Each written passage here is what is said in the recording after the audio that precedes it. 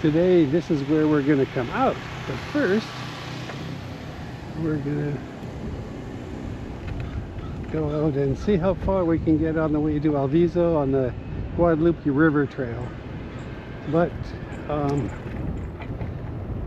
in the wintertime, when they have high water levels, then the water rises and brings a lot of mud with it. And there are parts of the trail where when you have to go underneath a major road as an underpass, you basically got to drive down to the water level and ride down and back up again.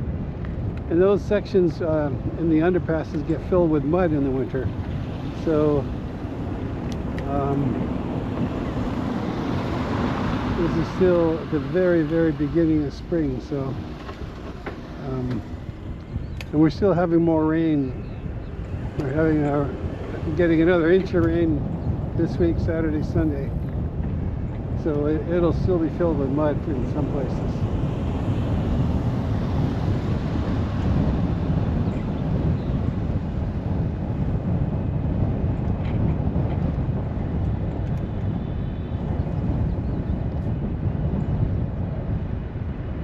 This is Willow Street, that Willow Glen is named after. We're going to go fair ways down Willow.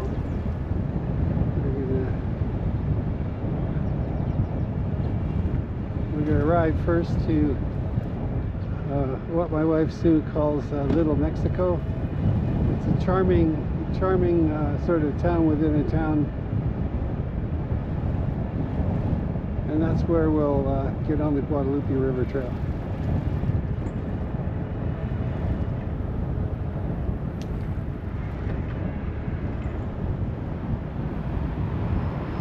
And we're crossing Meridian here, which is a major north-south line.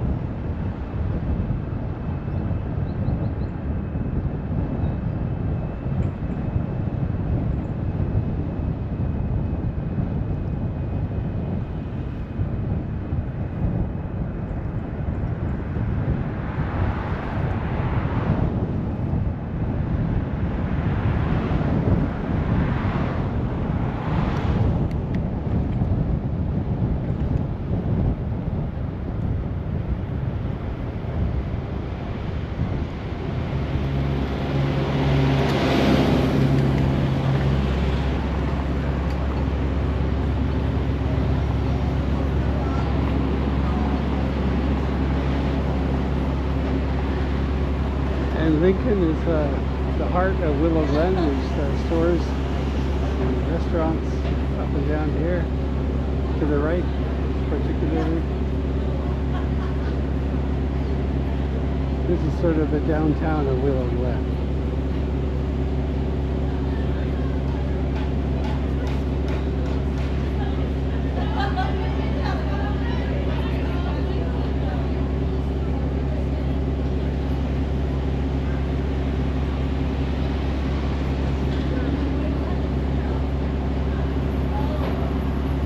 Across from us over there is Willow Street Pizza, the famous, the only.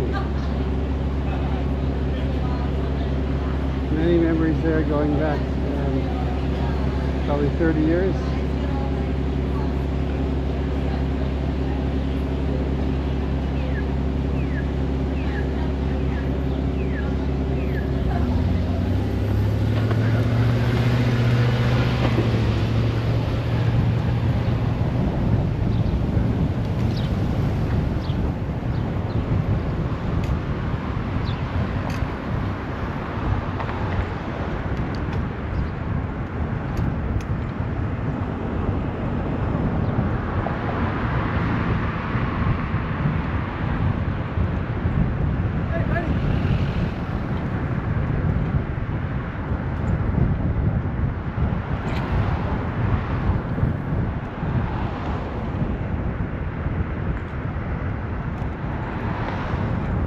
Now we're coming upon Bird.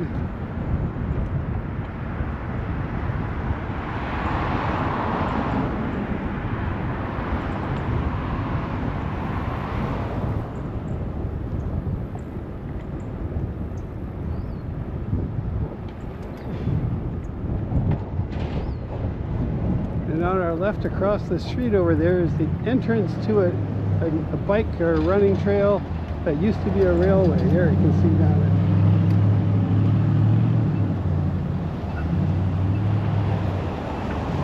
And the trail continues down there if you look in the distance. The railway, it's the railway right-of-way that used to run through here and service all the canneries and everything.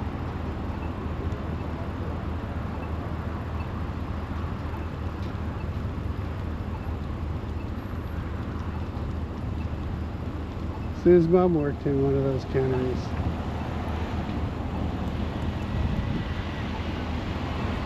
Canning fruit.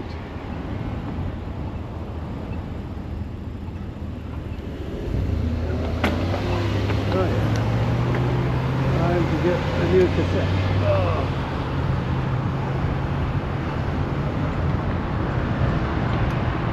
Can't believe it started in 10th gear though. When the cassette's new, there's no problem doing that. But it's time to change.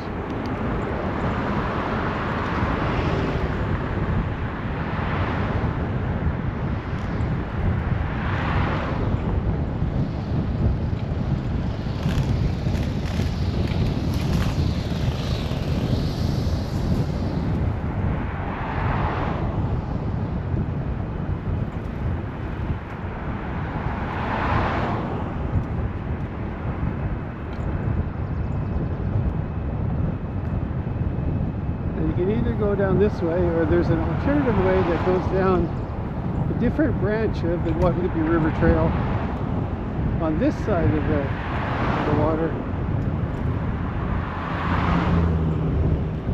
But I like this side better, so we'll go this way. Some other time we'll go the other way.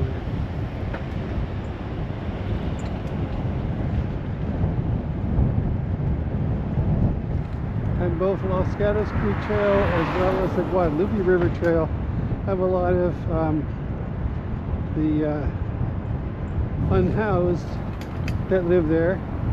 So all the bike trails, they have a lot of unhoused people along there, but they never ever bother you. Except along the Guadeloupe River Trail down here, what used to get me was sometimes it'd be broken bottles with glass on the trail.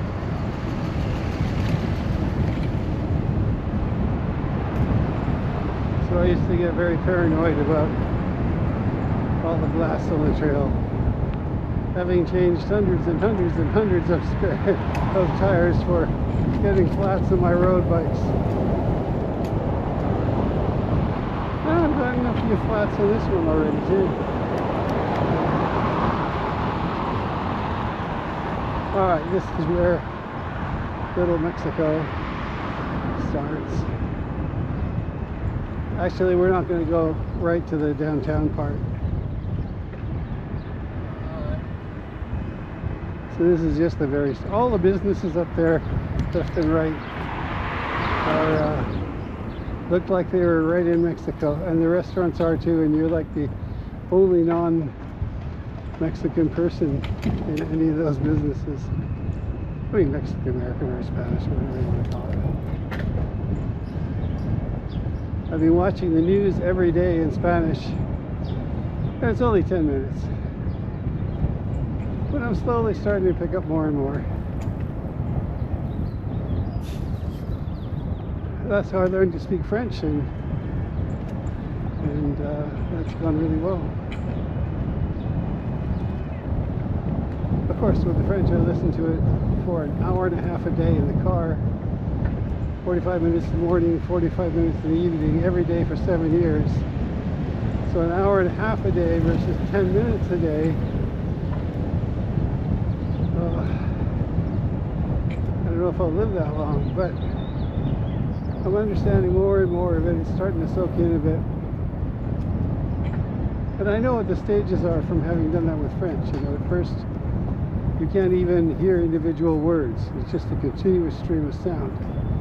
And then you start to pick out words that you know the meaning, but you pick them out of the noise, or sound, I should say. Then over time, what they're saying becomes more and more clear. And then I got to the point where I was just trying to fill in the cracks in terms of vocabulary. My kids, though, they say that I speak French with a French accent because they live in Quebec.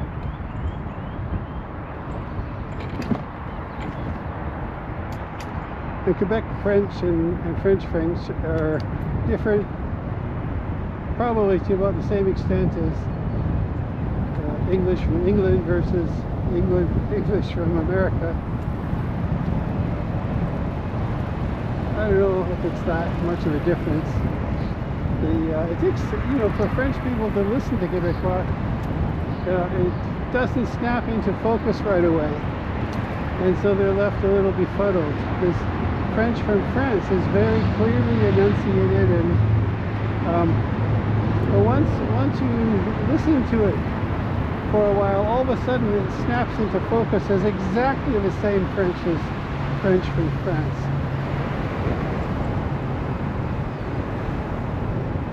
And it's said that the smaller the group of people that speak a language, the slower it changes, number one. And so French has changed more along that line of reasoning than has Quebec French. And then the people that originally migrated to France at the beginning were from Brittany, from Saint-Malo, that area. And and you can see that also in the style of the houses and the way they paint the windows, the old houses. Looks a lot like Saint-Malo.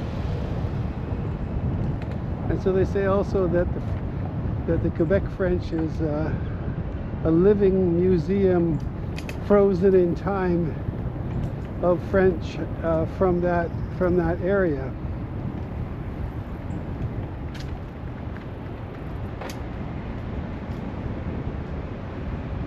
Oh, and here we're going along the Guadeloupe River.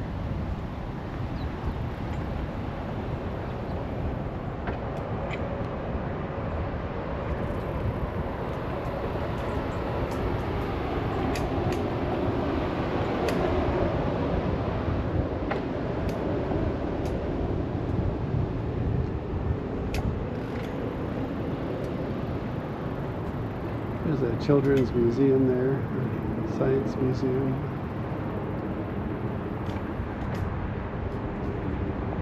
Lovely day.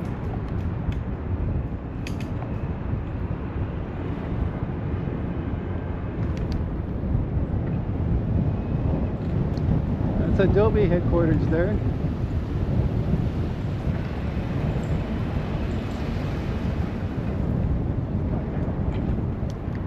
I made a few calls there once. Forget what it was.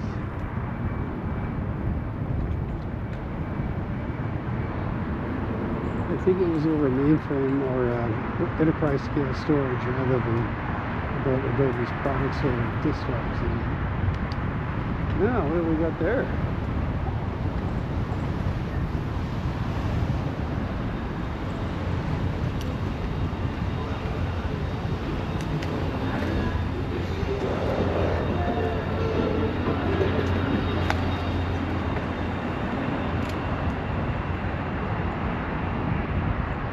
The river is quite low.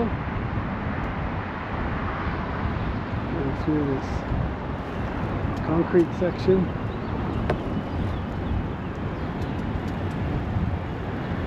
Look at those flowers. Hanami. Flower looking at. Sakura.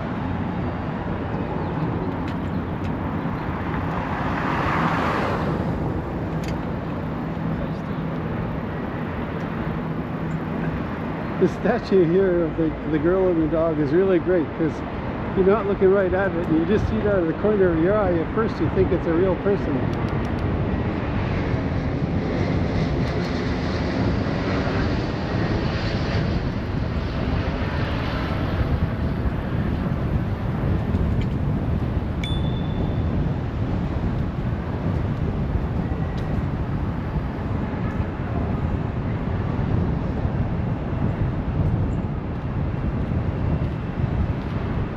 Looks like they've removed the homeless people from here. It used to be quite the community.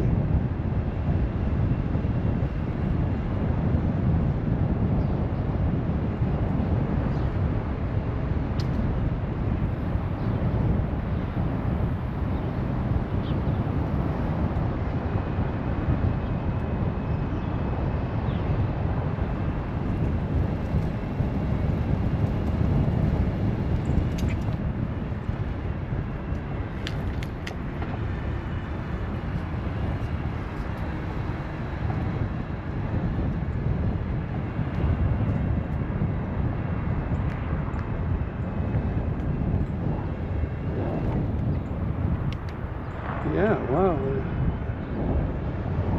don't remember the last time there was no homeless people there. Well, there was one guy just sitting there, but he was just sitting there.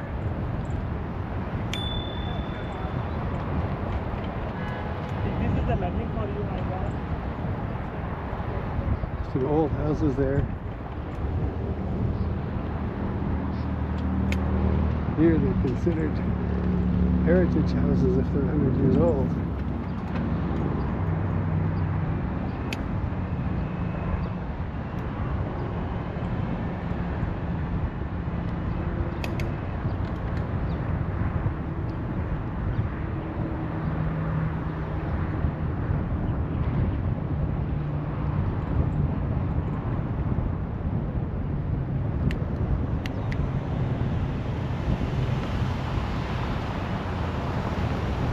Press the button here,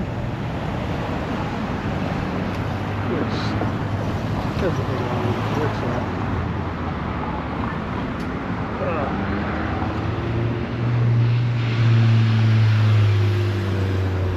We will go straight through this time. I just kind of avoided that because of the sheer number of homeless people previously.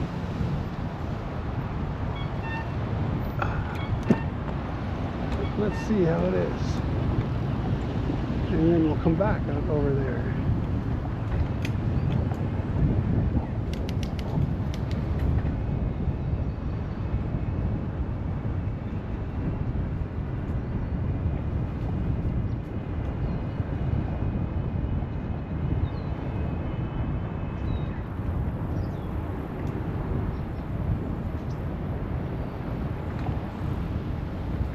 And I've talked to them sometimes, and they're friendly and just human beings. I've never had any negative interactions with them, let me put it that way. And here's where we go under the railway tracks. It's been so long since I've been turned here. Blind corner should have deemed. Not a lot of traffic.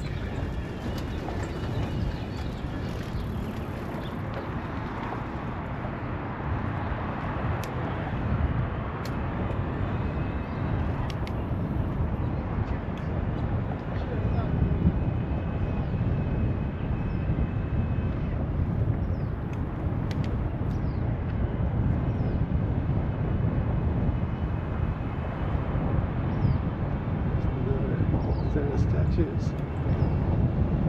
And on the way back, we're going to go the other side.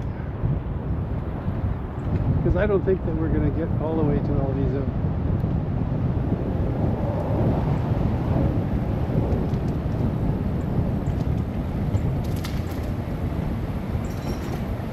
When we have a big rainstorm, then the water can rise up to amazing heights and flow rates here.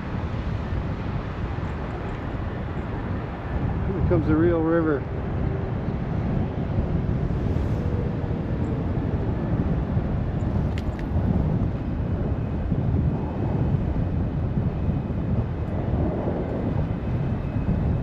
Are we going the right way? I don't remember this part. We're still riding along the creek though.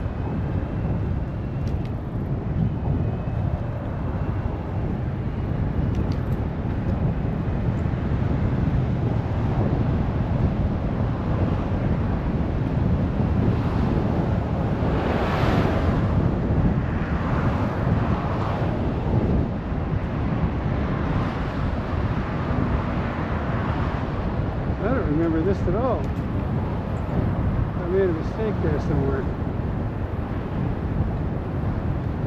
Oh well.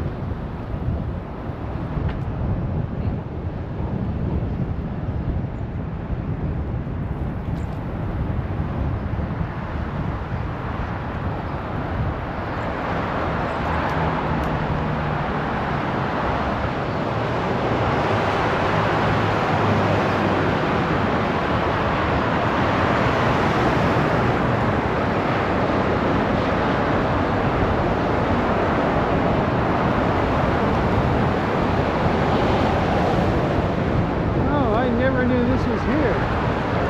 It's my very first time ever to run along this part. Right beside 87.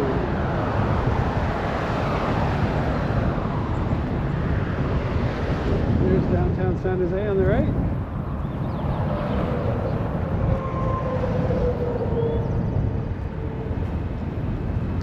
Well, that's cool. Going, but not where we thought we were going to go.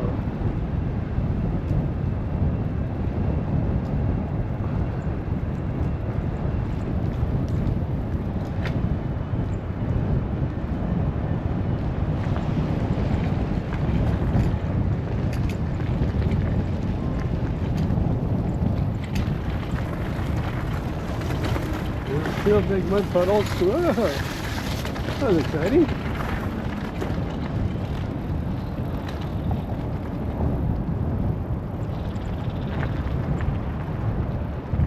Back to the other side, or should we explore some more?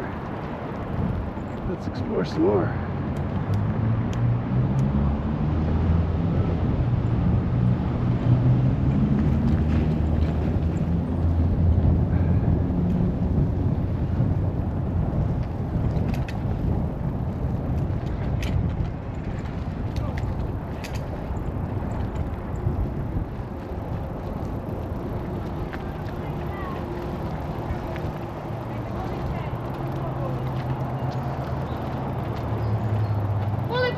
Hi there. Hi there.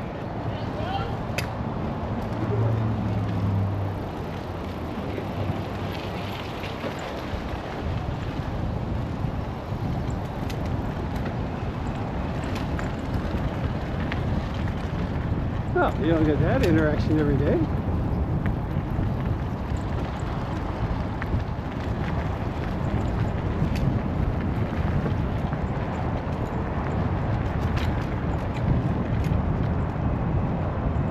So is this the way to get to Alviso?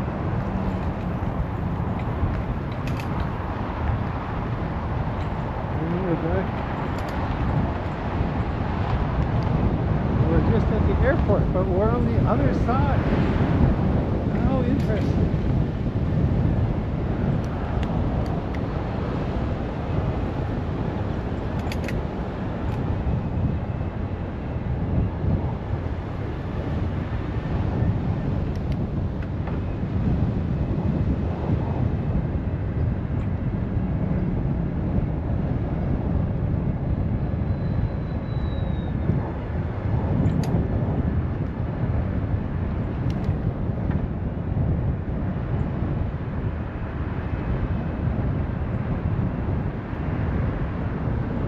Okay, this was more of a straight road, but you do look in on the river.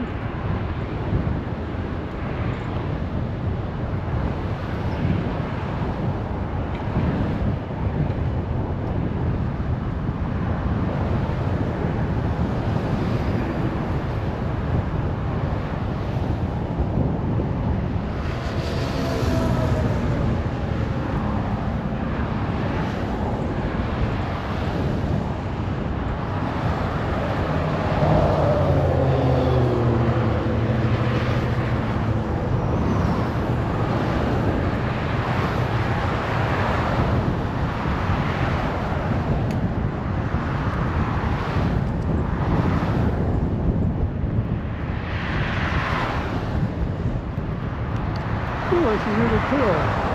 Exploring a new section, but I can't believe I didn't know about this.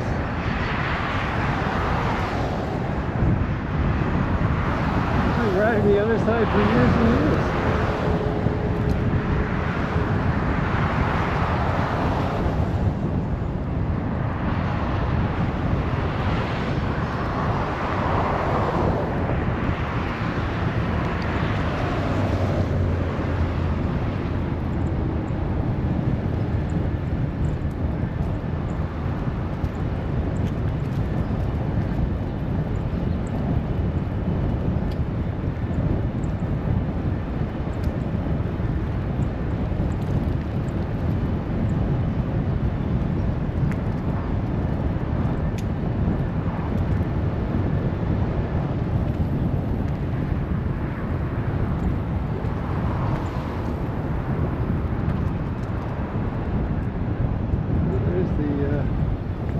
Parking lot.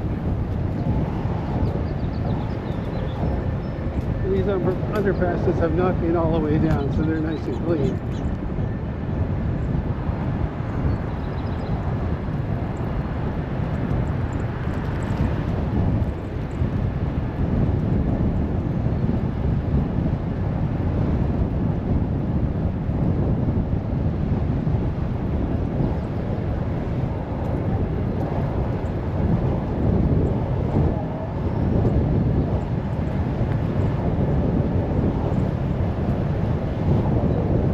You hardly realize you're going by the airport on this side.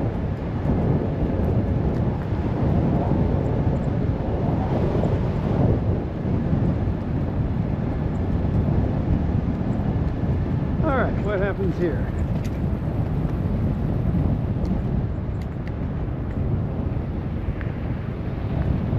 Trail continues on the other side.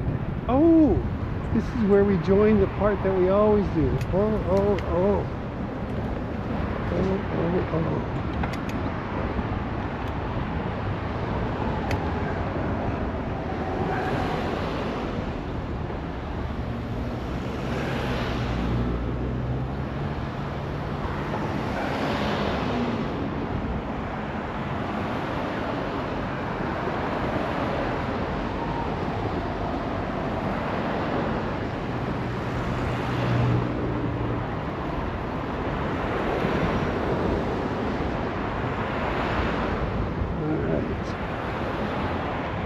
This is where it joins up.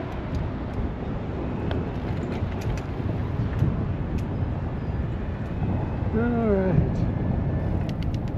Yeah, we'll go the other way on the way back. And then we'll cut through downtown. Go past the hockey arena.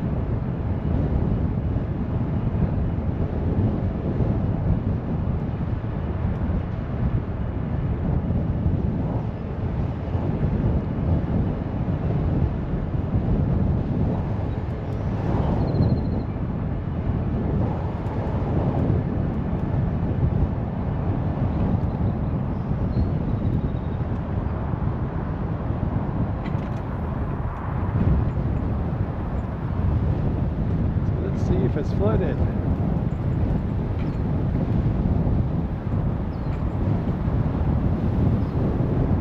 Airport Green Island. The part that floods is just right up ahead underneath here, 101. Yep.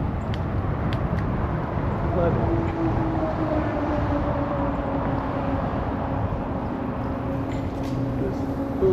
I'm just going real slow because someone has to clean all the mud off the bike. I'm going to be bringing it into the shop very shortly, so we have to have the bike sparkling clean.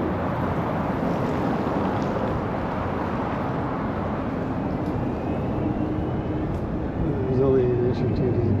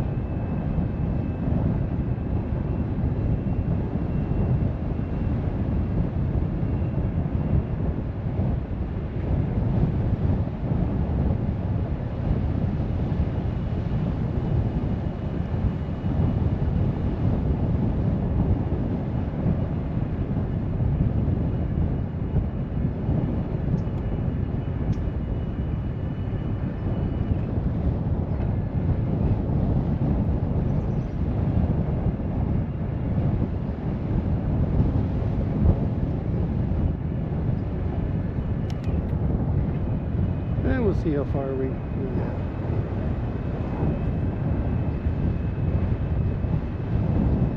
Yeah, we had a company picnic here at this picnic site one day. It wasn't part of the company at all, but our company had rented it out, and we had an office party there one time. It was very nice.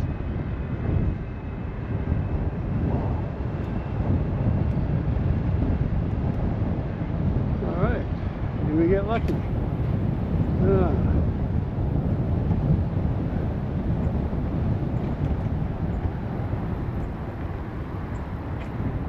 That doesn't look too bad.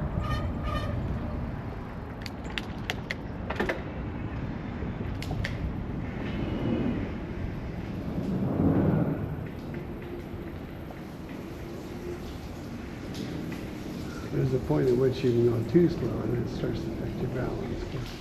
The faster you go, the easier it is to balance.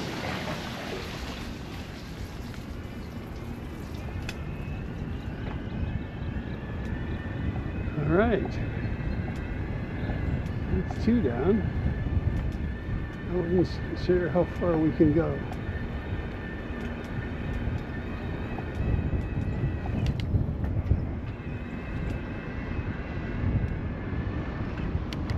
Oh. Someone up there going in the tank.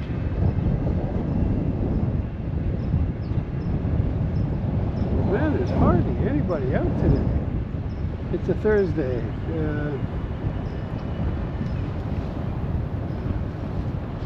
It's maybe 1:30, 2 o'clock or something.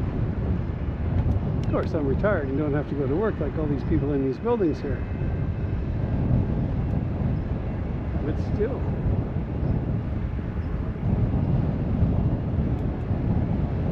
Maybe the flooded sections keep them out.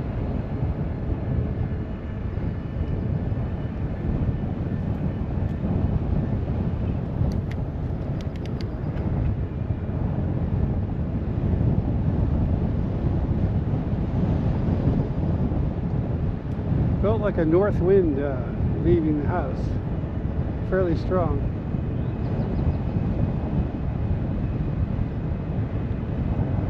Should be easier on the way back if we come back this way.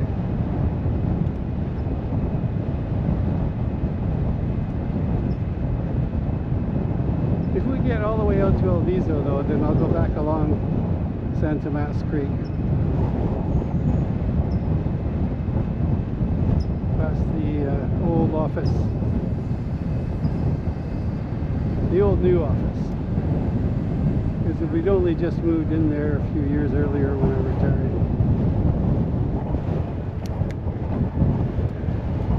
For decades I was at the Lawrence and Central Expressway location.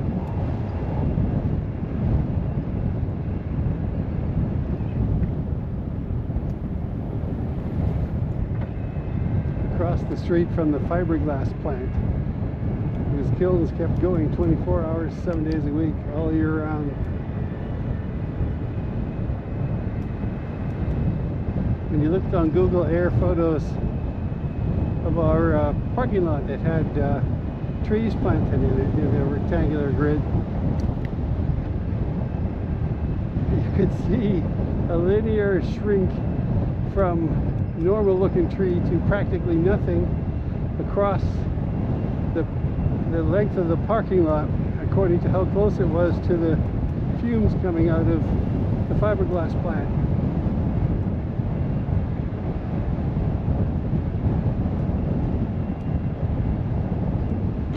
But thankfully on the picture you could see that our building and all of the buildings were not in the way of the hazard plume. But still it was disconcerting.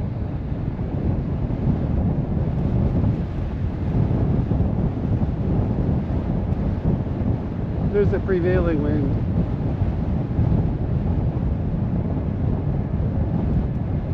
In the summertime, the wind, the air, the land heats up more than the water does, and so the air flows inland, gets warmed up, and rises.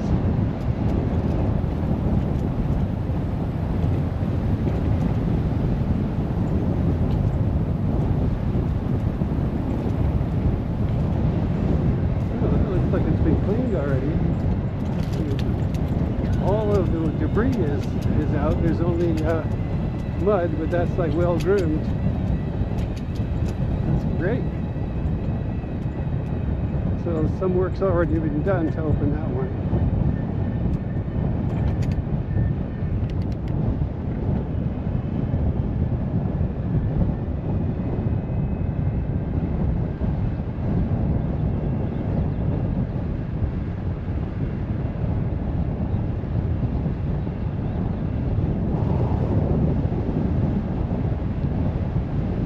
There's a trail on the other side of the river here too as well. So one day we'll have to do that one.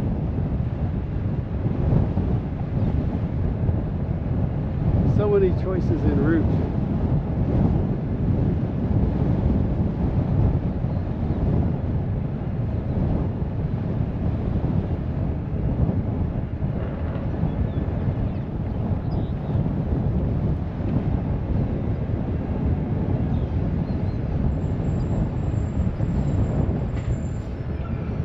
lot of high-tech workers, families live here in these apartments.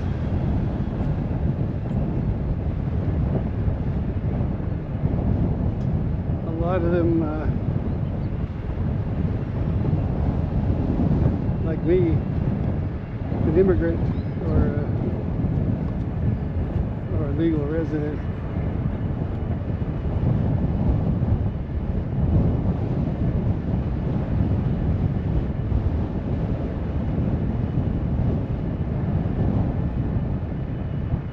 What's going on here?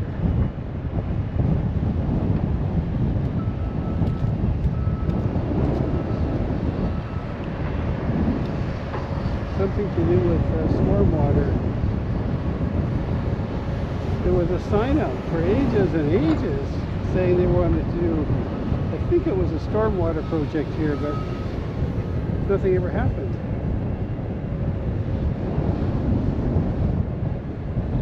Earlier today I was looking at the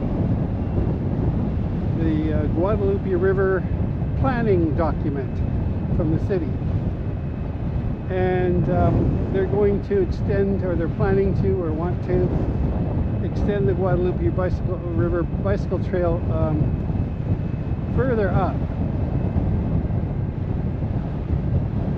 And it's mind-numbing, the complexity of getting these big projects going, because of the number of landowners there are all the way along.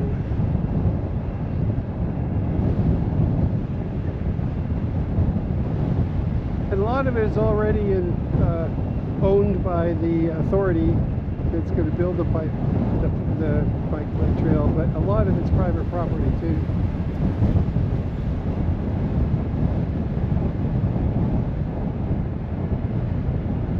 And there are all kinds of bureaucratic regulations and things that have to be satisfied, and it takes years and years to get these things through all the hoops.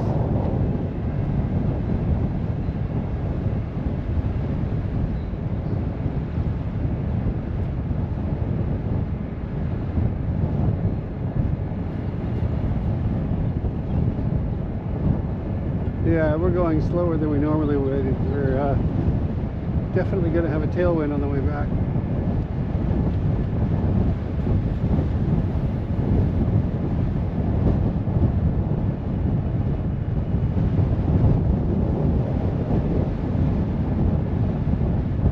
I suppose we could, even if we get to Alviso, we could come back on the other side and call this the Alviso, I mean the Guadeloupe River full tour or something.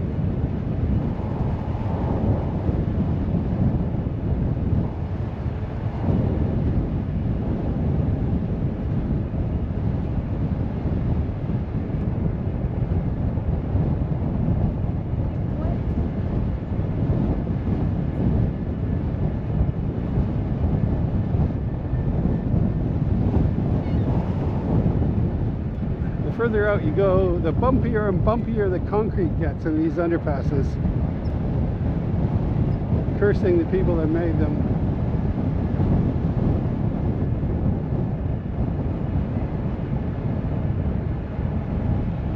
And especially if you've got a road bike with 160 psi tires that are, you know, as big across as your thumb, and they're very bumpy indeed. You stand all the way through, but it's still hell.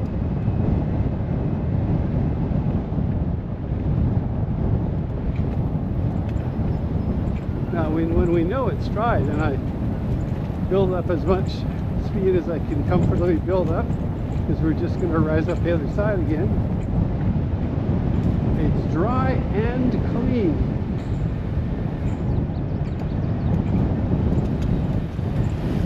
That part gets sometimes just covered in trees and branches and debris.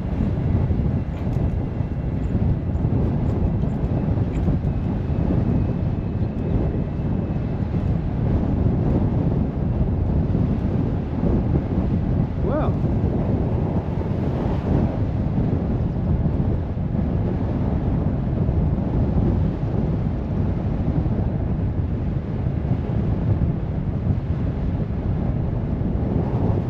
like we're making it all the way. On the left, those hills you see, are an old garbage dump that's been covered over and it's got new forest and grass growing on it.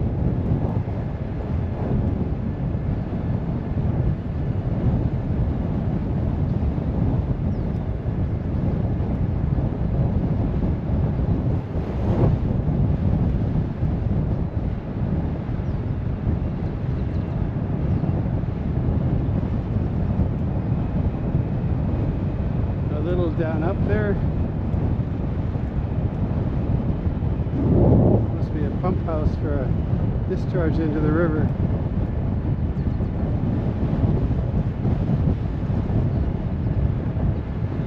This area on the right here is, I think it's below sea level.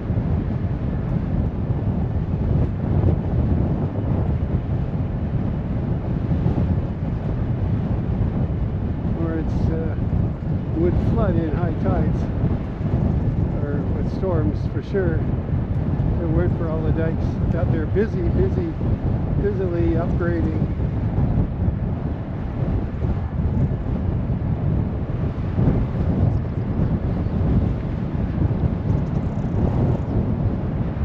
And you can go off to the right as well along 237. Actually, that went, yeah.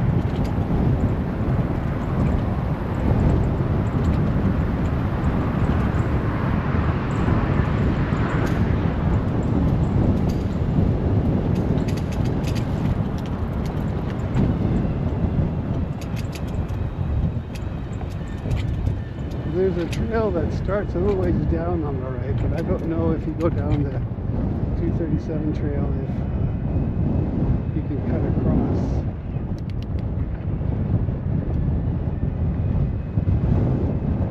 When they were building this driving range, I was watching them do all the earth moving, and then they brought in these astoundingly big pile driving machines and drove these huge piles way down into the earth. But it was the pattern of how they were putting them, and it just didn't make any sense to me.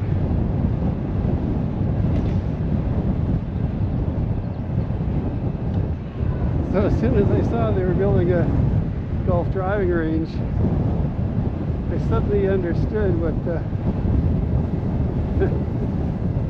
why it was they had all those piles in those particular positions.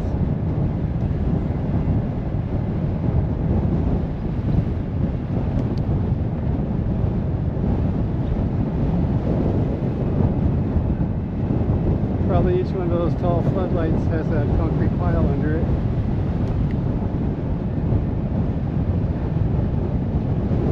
Okay, let's go out to the end and drink some water and fill the bottle up and decide which way we want to come home. Gorgeous day.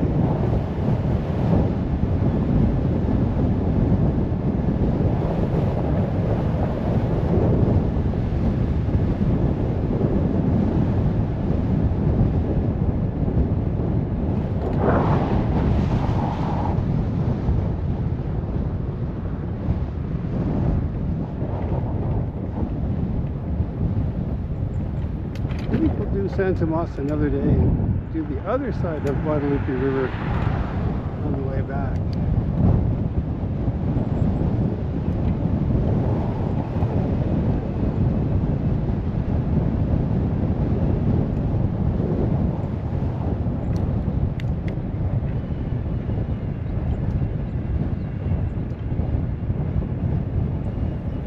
Don't judge. This could happen to you. It's spray painted on the side of a tiny little trailer there. And how true that is.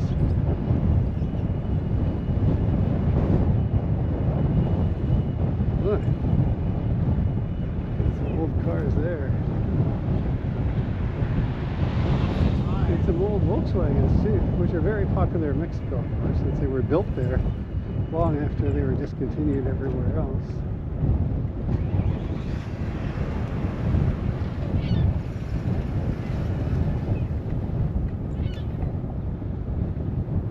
Okay, we're going to do something a little crazy and go across that section up here, and then we'll come back the other way.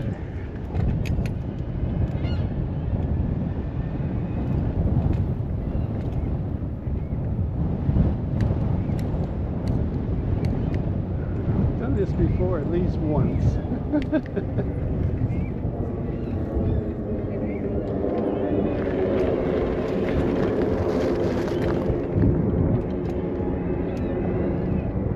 There's the train that goes. That's the train that takes you from San Jose Station to Sacramento. It's a commuter train too.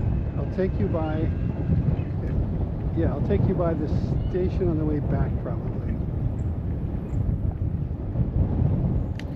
We took it to Sacramento to go to the train museum there one time. Stayed overnight in that old riverboat on the river, which was wonderful. We had a great time, and going by train was really interesting because it goes along a different path than the highway does, and you're so used to everything on the side of the road on the way to Sacramento, but this way you see completely new things, or things you hardly ever see. Yeah, and what the train sees is often much different than what you see by car. Just find somewhere to leave my bike. While I water up.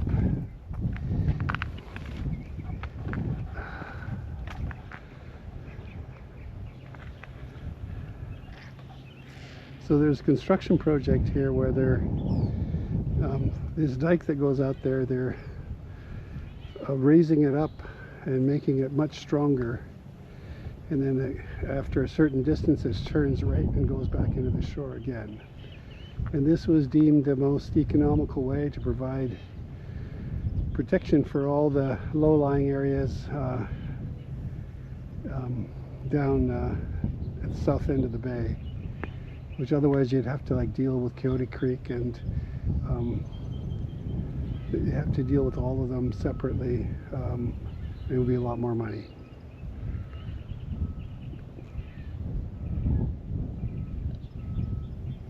There's a kite, little kite flying over there. This is a favorite place for bird watchers because you see all the marine birds. At home you see all the land birds.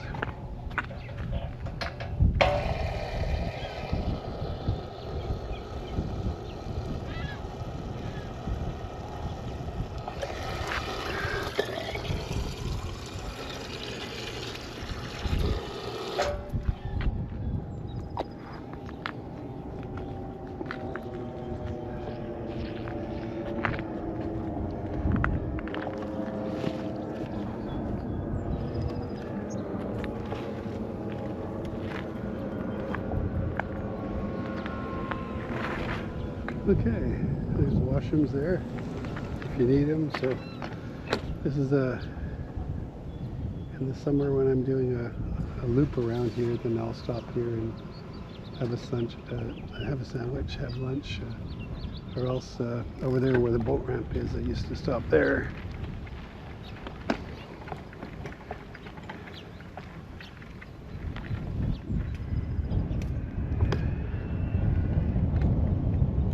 A charming, feeble-minded person that would often sit down beside me and I would talk to on the bench over there.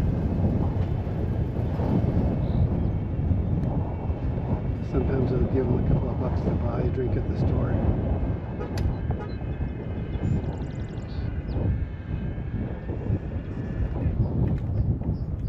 That was a few years ago now, though. Everything seems to, and look at how the canneries are all falling in on themselves.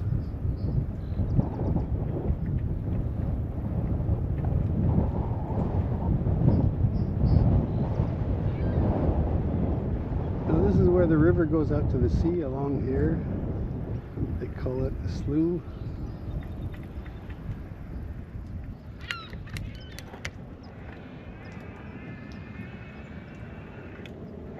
And you can pull your boat out like that guy's doing and then hose it down, clean it off.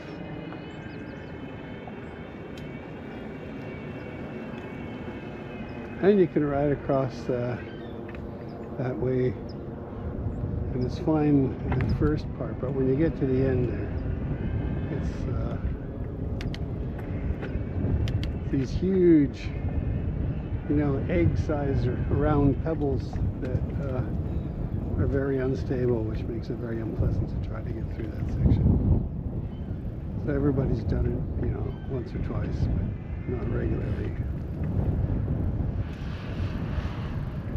And there isn't really a trail. You have to cross the tracks.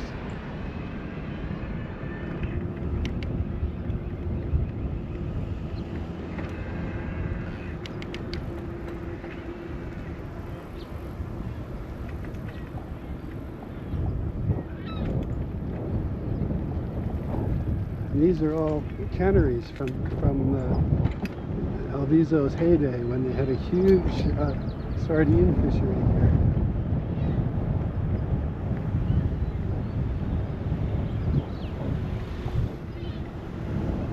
But they're all falling in on each other. Just a few years ago, the roof on that place went down, it looked a lot more impressive before. You can see the vast amount of labor and lumber that had gone into building it and the skill that they had.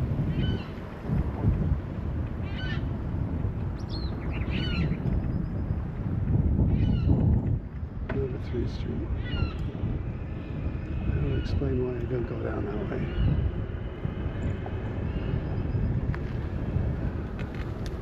I do like exploring though.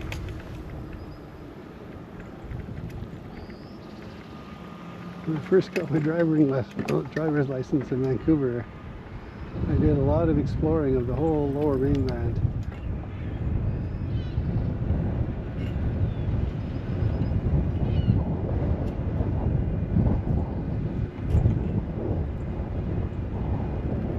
Oh, let's go this way. In the way in. This is Val's, a very popular restaurant at lunchtime for all the high-tech workers that live close by. So this is like the main intersection it used to be.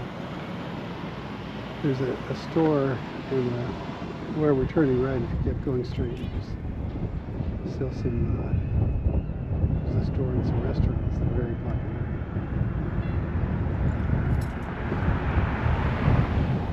But Alviso itself,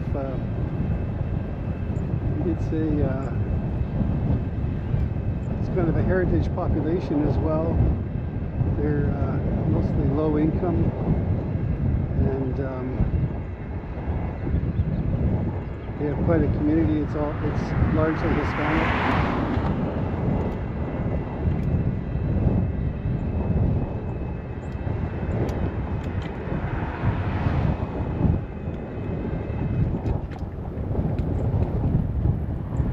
Okay, now we're going to do something I've only done a couple times before, and that's go down the other side of the Guadalupe River, right from Alviso.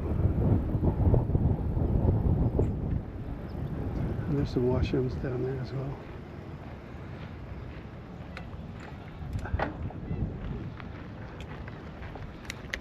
Hello.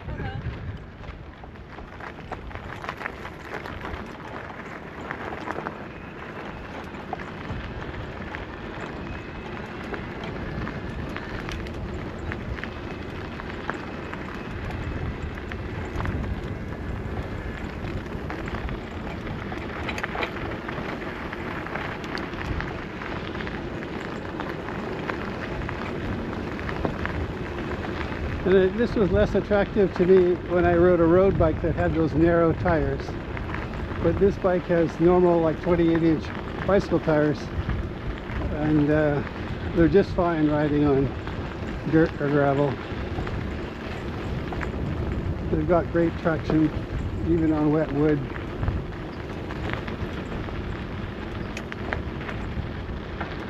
Alright, there's a side branch there.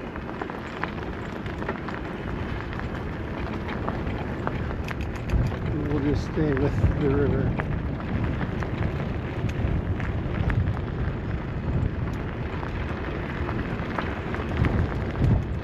Huh, there's water flowing into that. Oh, it's a tidal buffer pool. Maybe. I could absorb some of the flow from the river at high tide.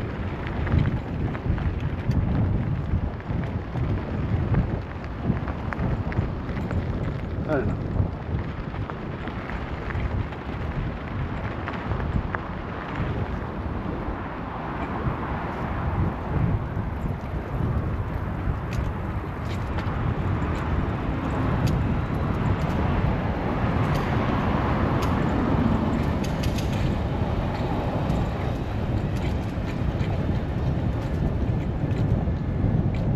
Yeah, I'm taking it kind of easy today.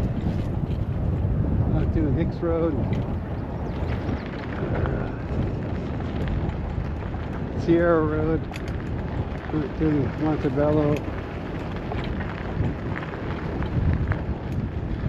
We'll get around to doing videos on a lot of my old favorites.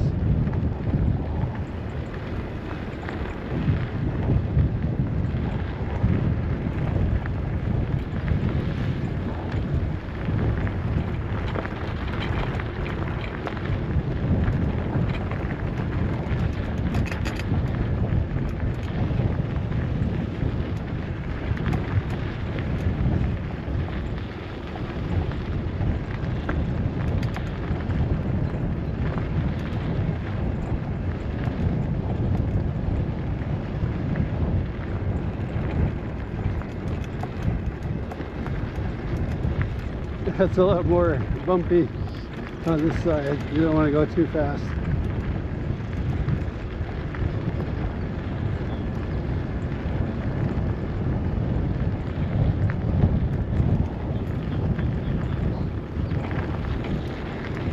Oh yeah, definitely got a bit of the wind at our back now.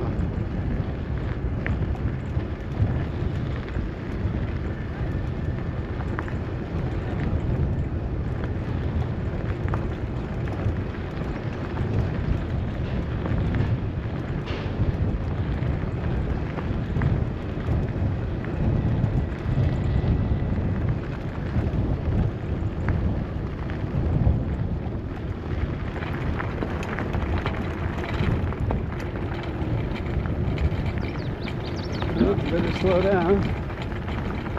Looks like we're looking at some mud or water. Looks like mud.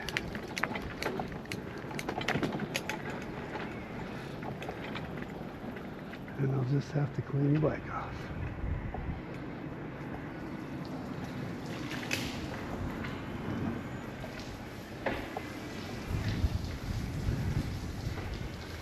Oh, yeah.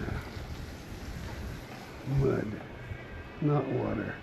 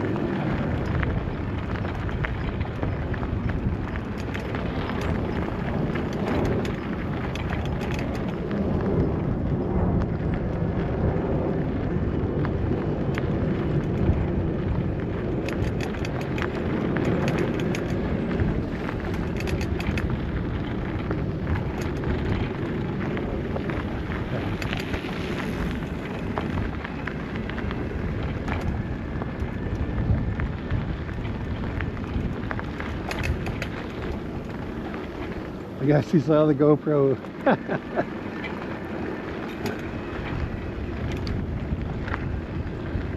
I don't know if you can see, but I wave at a lot of bikes going there, or people.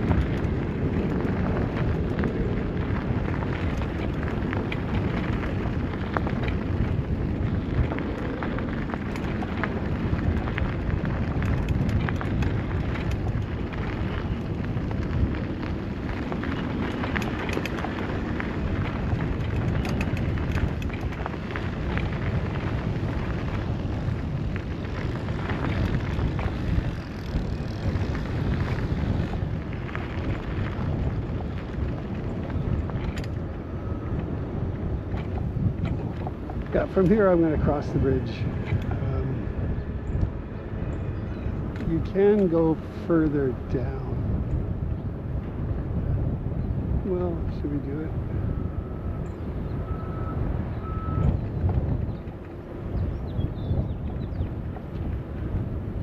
But I remembered well, the trail kind of ends and you have to fight your way through. There's no like right of way. And it says trail closed, which I think is sound advice.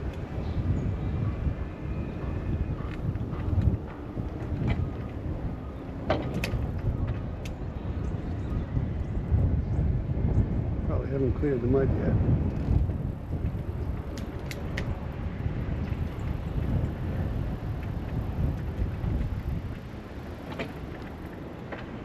I can't believe I have this place almost to myself.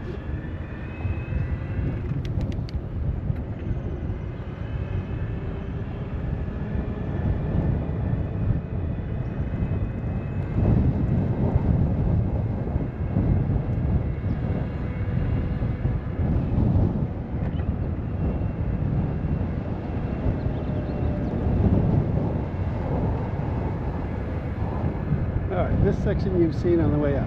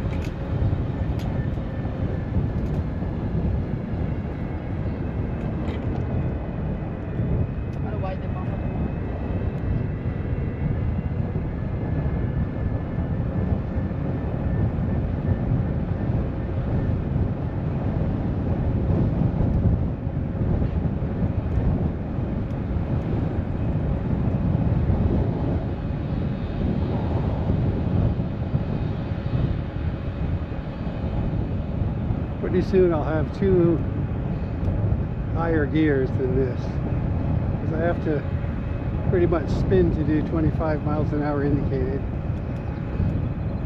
which is about 23, 22. The speedo reads high, just like a car.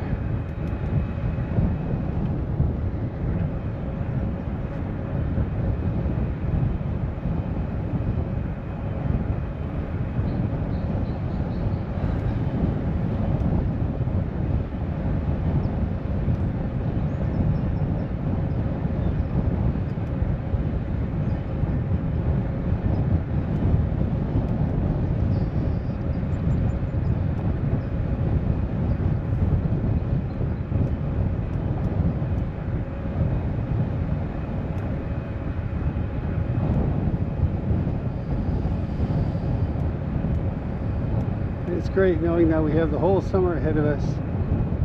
There's so many fun rides. It's not as much fun to ride in the cold and rain in the winter.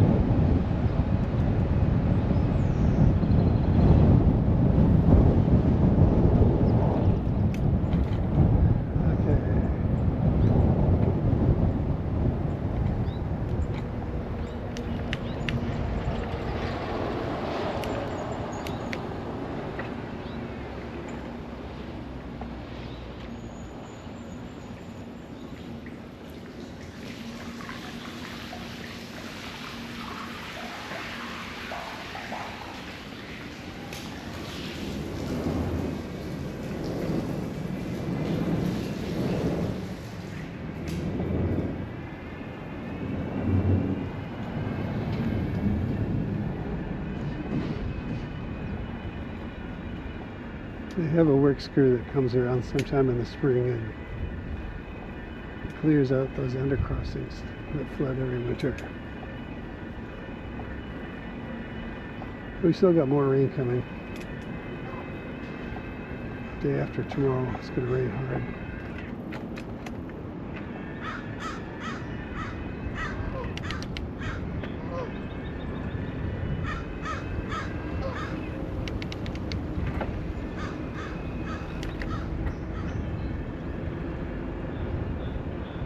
Last night we heard an owl hooting out of the next door neighbor's tree, so I whipped out my Merlin app on my phone and it listened to it and said it was a great horned owl.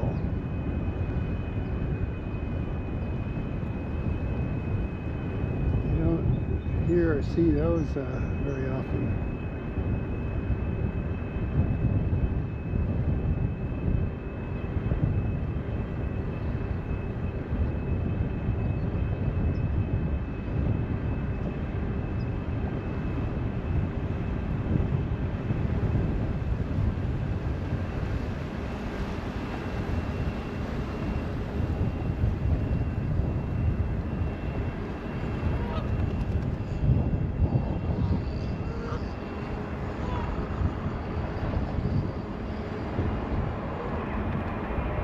All right.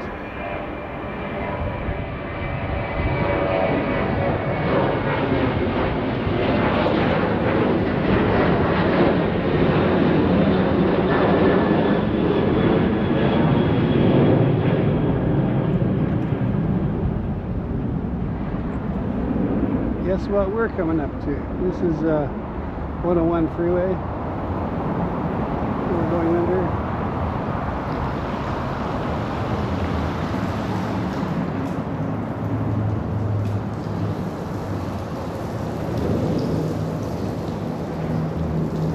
Okay, I got my bike dirty in.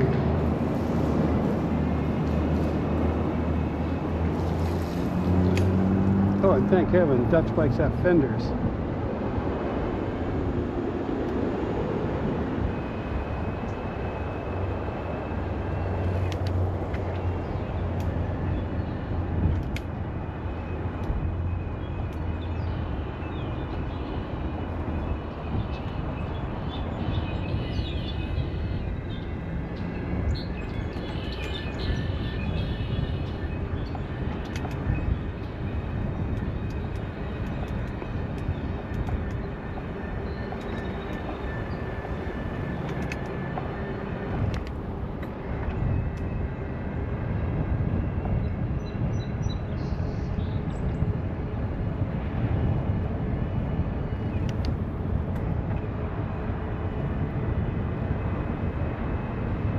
That's an idea. I could play these videos and take out my phone and run the Merlin app, and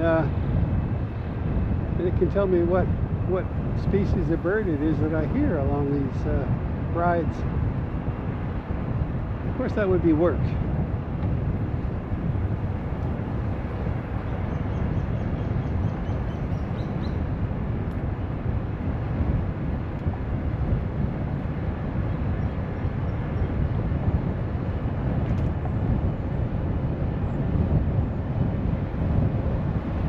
And coming up ahead, we're going to switch over to the other side of the creek from that we came up.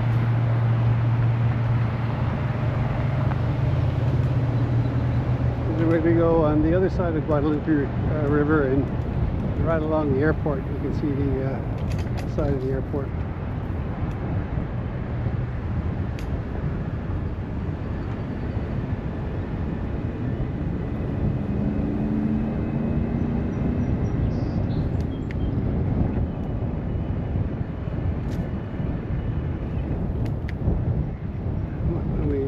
On the way up, we came across the creek here. Now we're going to go over the bridge.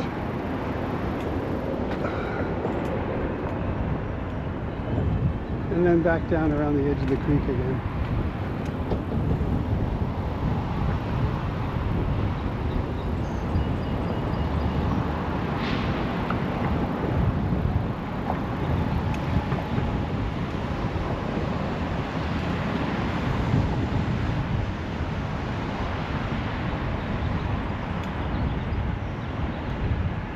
That's the terminal, eh?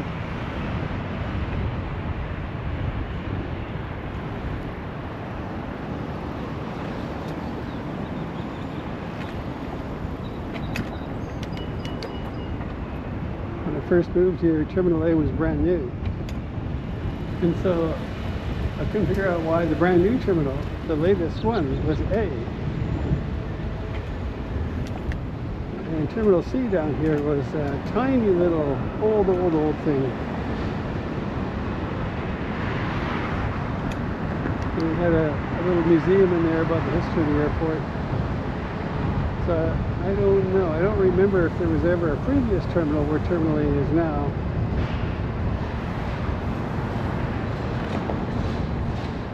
There was a time when I would leave the office at 12 o'clock to catch a 12:35 flight, or 12. Well, even if if it was a 12:25 was the flight time to Tokyo. Before they had any security of any kind, you know, someone would, because my office is just like 5 minutes down the road, literally. And so someone would leave the office at 12 o'clock. You got a business class ticket, and gave plenty of time to catch the 12:25 to Tokyo. Hard to imagine nowadays.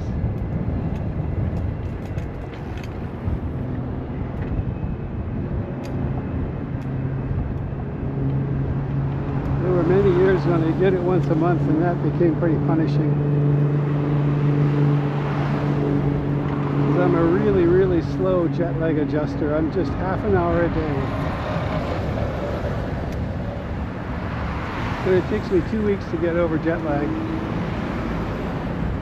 either way.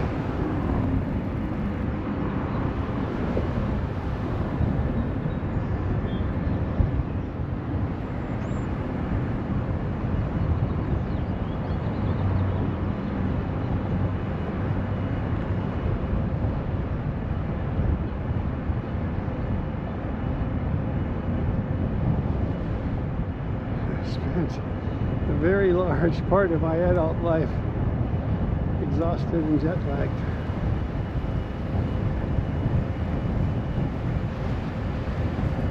So now I prefer to go on car trips than fly. Just because driving is a road trip or an adventure, and even if it takes longer, I'd rather drive than go to the airport and go through all the flying stuff, because it's like triggering for me. It's not at all a fun experience. There's nothing novel about it, although when you haven't flown for a few years, like things subtly do start to change. Everything's always higher tech all the time. And there goes the Southwest flight. We're just at the south end of the airport right now.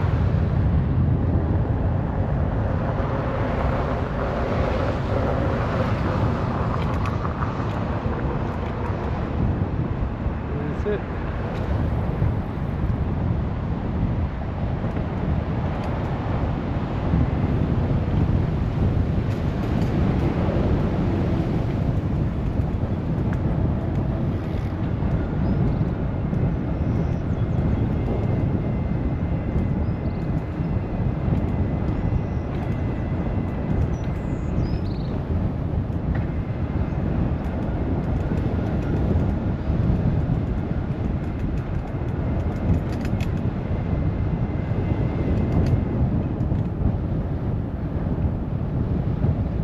With the tailwind there, I was going a fair bit above the speed where the motor cuts out, so that was all me pedaling,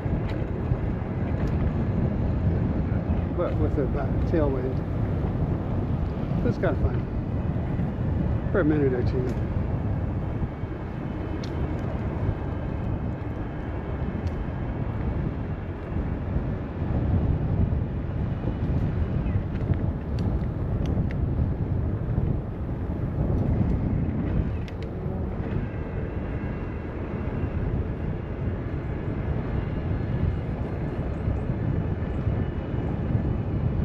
This is a nice gear. It's gotta be 10th gear all the time. It's the tailwind.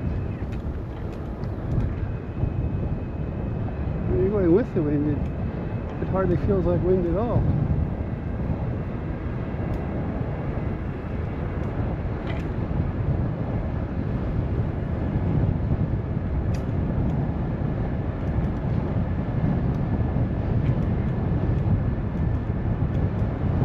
Going under Taylor Street.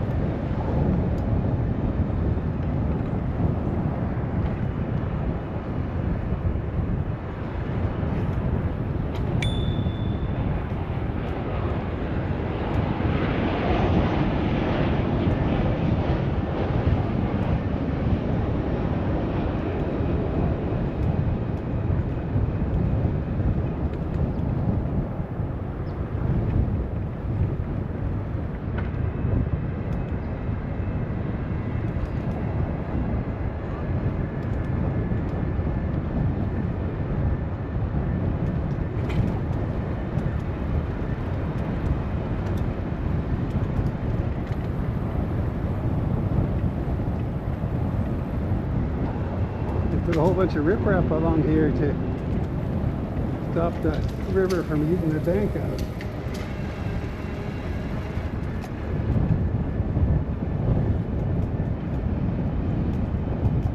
Okay, from up here, we're gonna leave the Guadeloupe River and cut across and see the Sharks hockey rink and Diridon Station.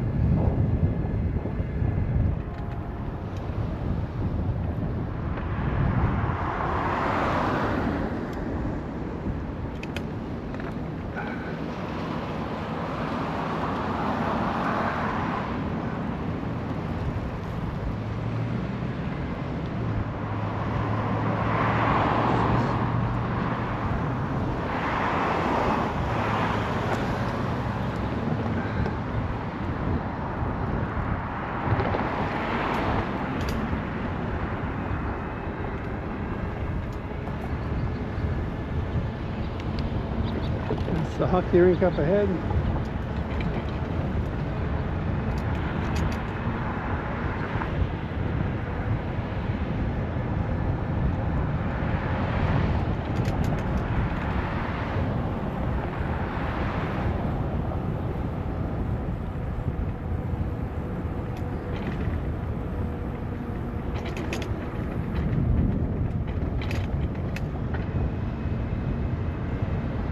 Huge foundations poured there, it looks like.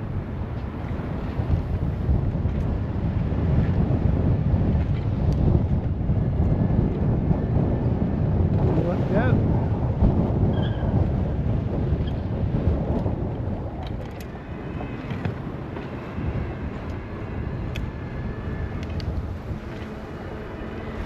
When I first moved here, people still got newspapers delivered to their home. I did too, every day. And this is one of the places where the local couriers, they all came here to, the local paper boys, they came here to pick up their papers for the route every day. It's kind of a warehouse and dispatcher kind of outfit.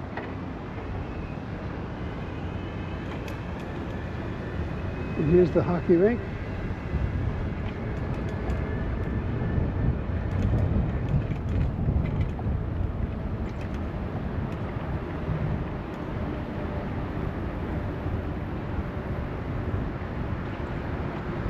And that's a one-way, so we're going to go down the next street.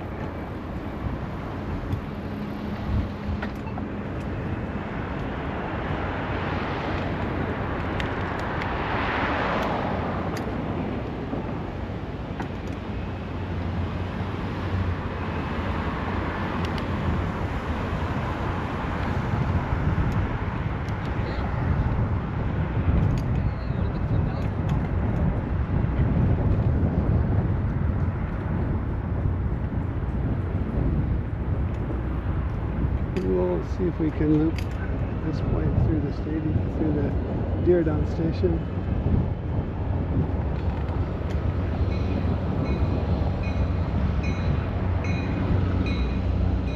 Yeah. Here comes the commuter train I was talking about earlier.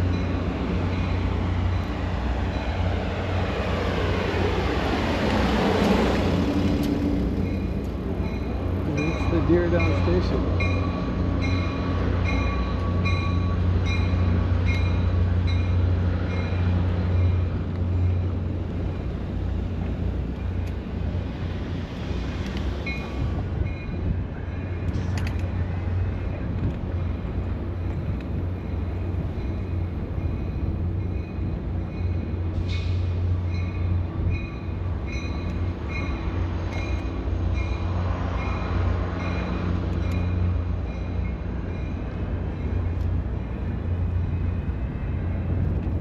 And we'll get back on the one-way here in Montgomery.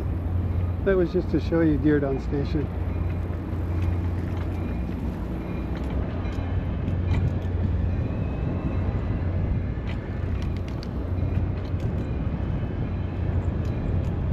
Oh, and we missed the Dancing Pig neon sign coming to see the station. There used to be a butcher there that had an absolutely charming Dancing Pig neon sign, and when they redeveloped the property, it was on the condition that they preserve and keep the sign up. And so for the last number of years, I've still been able to see the Dancing Pig even after the whole block got completely erased and rebuilt.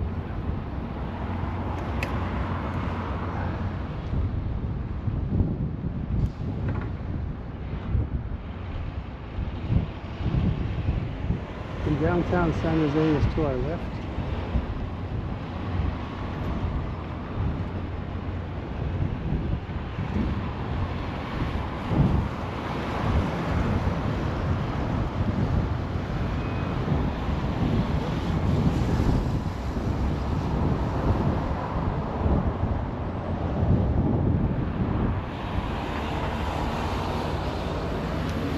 But we're not going to go there, to downtown.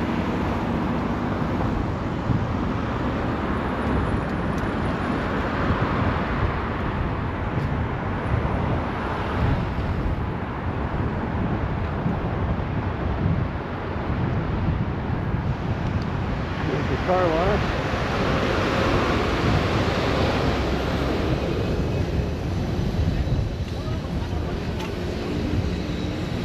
This is San Carlos, like one of the main streets downtown San Jose. And this is Bird that we're on. But we're going to turn right on Ozores here and join up with a part of the Los Gatos Creek Trail that you haven't seen on video yet.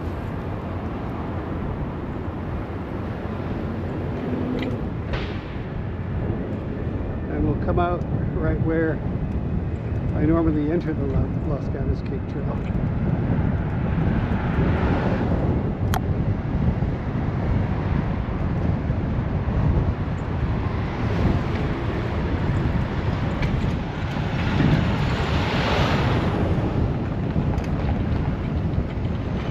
Over the tracks. Pass me right away or not at all because I'm turning left.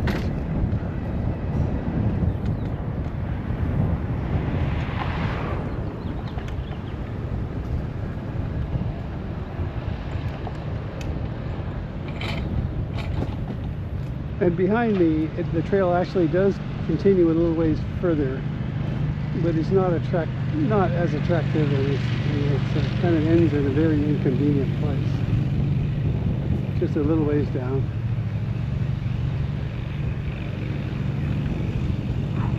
Here's the dog park. She must be a dog sitter. That's like a whole pack of dogs for one person.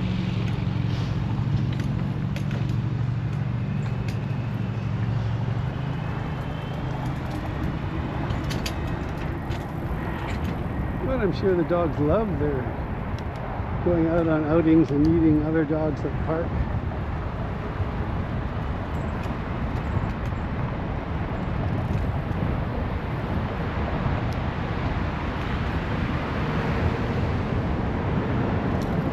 It's 280. We're going under.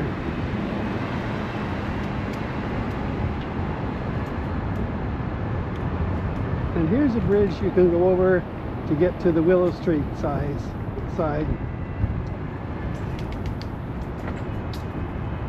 But that's immediately to city streets on the other side of the bridge.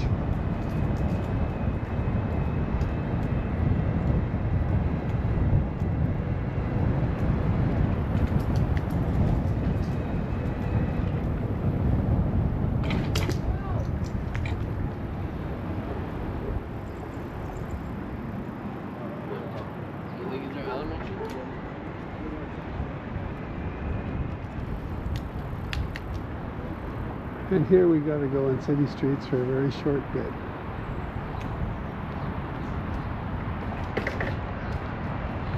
Now I can get across Lincoln.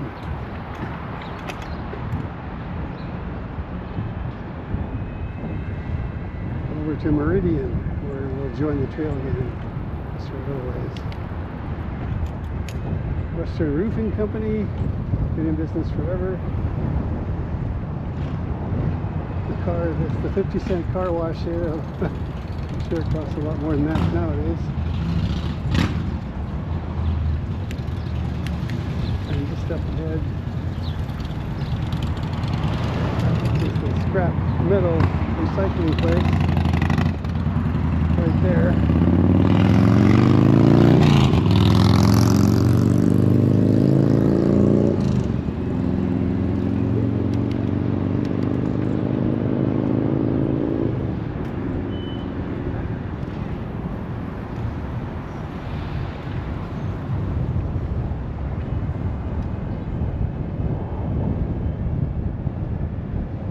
there's some homeless people that earn their money by collecting scrap.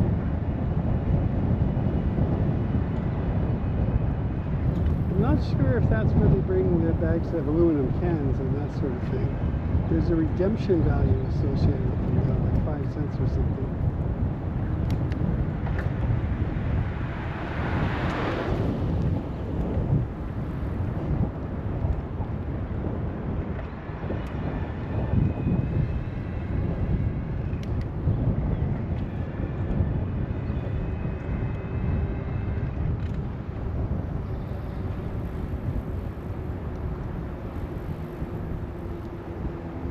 Pedro.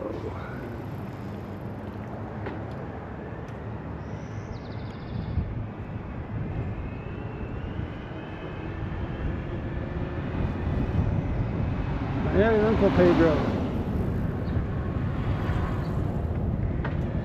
But he was much older than my dad, and my dad was born in 100 years ago this year. So I just heard the odd story about him, and that was it. Which I promptly forgot, I guess, as I was growing up. Bellbird.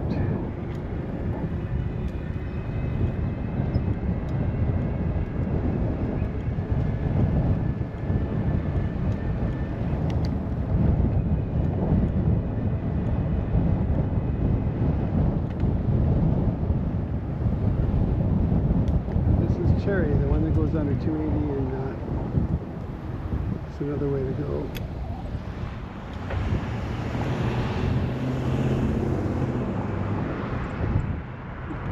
I used to go to a bike shop down that way.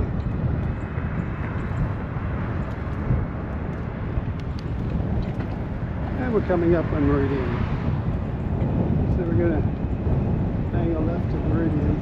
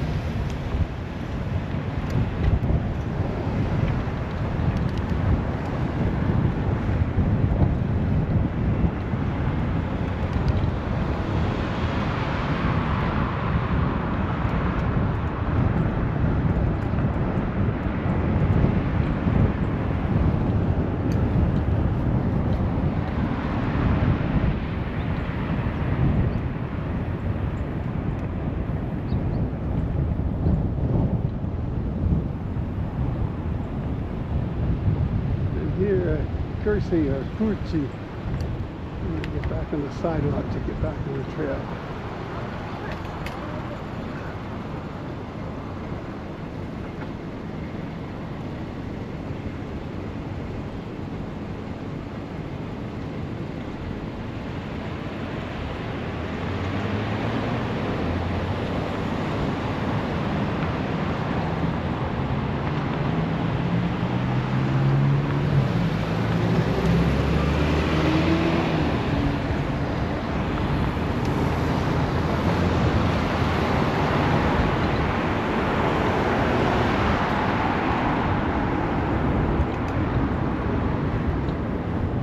Made that much easier to get on. They took out a little slalom that could be tricky.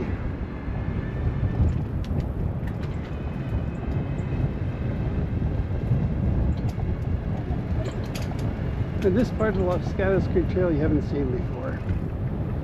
And then we'll come out right where we normally start.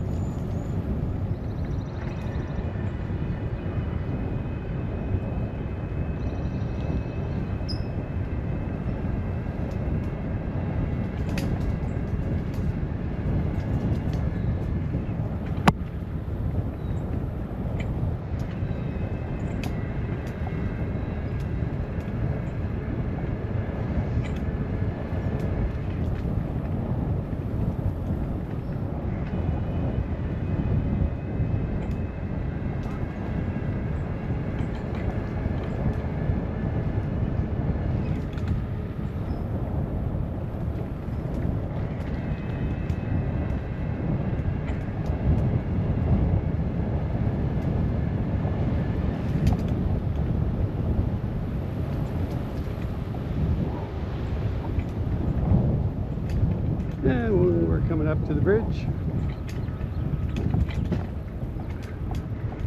I have to slow down because it's an abrupt left turn.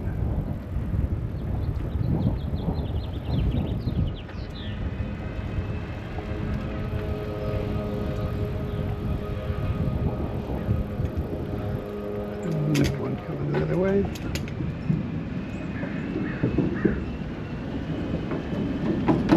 And here we are, back to where we started.